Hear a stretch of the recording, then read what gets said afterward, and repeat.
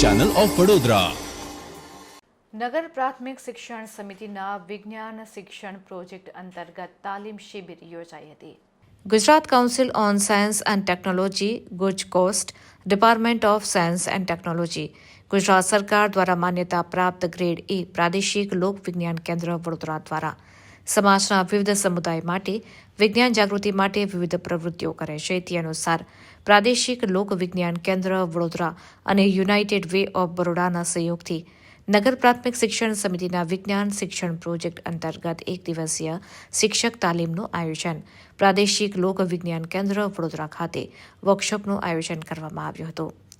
વડોદરા શહેરની જુદી જુદી 50 જેટલી શાળાના 50 જેટલા શિક્ષકોએ વર્કશોપમાં ભાગ લીધો હતો. વર્કશોપમાં ગણિત વિજ્ઞાન શિક્ષકોને જ્ઞાન સાથે ગમ્મત, વિવિધ વૈજ્ઞાનિક રમતો અને આણંદ કૃષિ યુનિવર્સિટી મોડેલ ફોર્મની મુલાકાત કરી હતી. પર્યાવરણ શિક્ષણની વિવિધ પ્રવૃત્તિઓ કરી શકાય તેવા ઉમદા વિચારથી સુંદર આયોજન કરવામાં આવ્યું છે.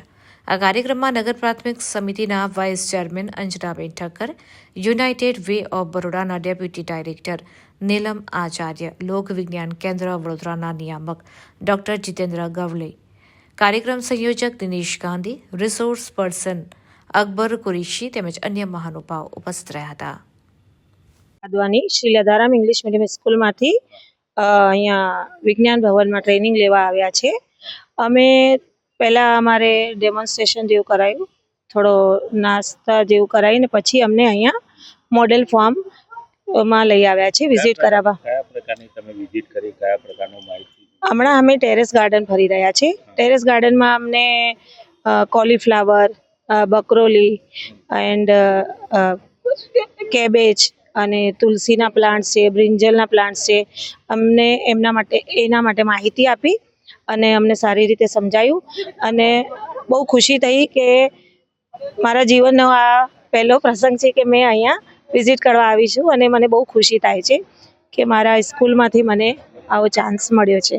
કમ્યુનિટી સાયન્સ સેન્ટર જે પાછલા 6 વર્ષથી એક કોર્પોરેશનની શાળાઓ માટે યુનાઇટેડ વેના સપોર્ટથી એક કાર્યક્રમ કરતો આવ્યો છે, વિજ્ઞાન એક્સપ્રેસ.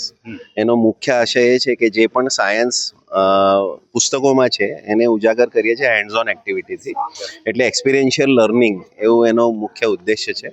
એ ઉદ્દેશ્ય સાથે અમે દર વર્ષે teachers training programme, teachers orientation programme પણ કરતા હોઈએ છીએ. વિજ્ઞાનને લક્ષી જે પણ આપણે શીખવાડે છે એની કોમ્પિટિશન્સ પણ શાળાઓમાં લેતા હોઈએ છીએ.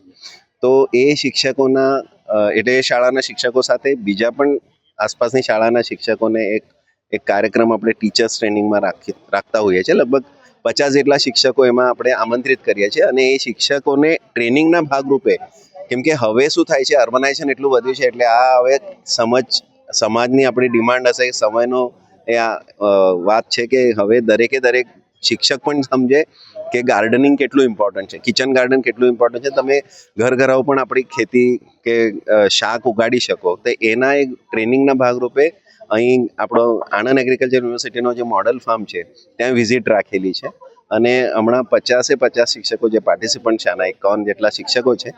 તો એ વડોદરાની અલગ અલગ શાળાઓના છે અને એ લોકોને અમે અહીં લઈ આવ્યા છે અને અહીં ટેરેસ ગાર્ડનિંગ અત્યારે વિઝિટ કરી રહ્યા છે. પણ એ પ્રમાણે બીજા બધા પણ મેડિસિનલ પ્લાન્ટ્સ કયા છે અને બીજા કયા શાકભાજી ઉગાડી શકાય આંગણામાં, તો એ બધીની વિઝિટ ને ટ્રેનિંગ એવો છે પ્રોગ્રામ. છે.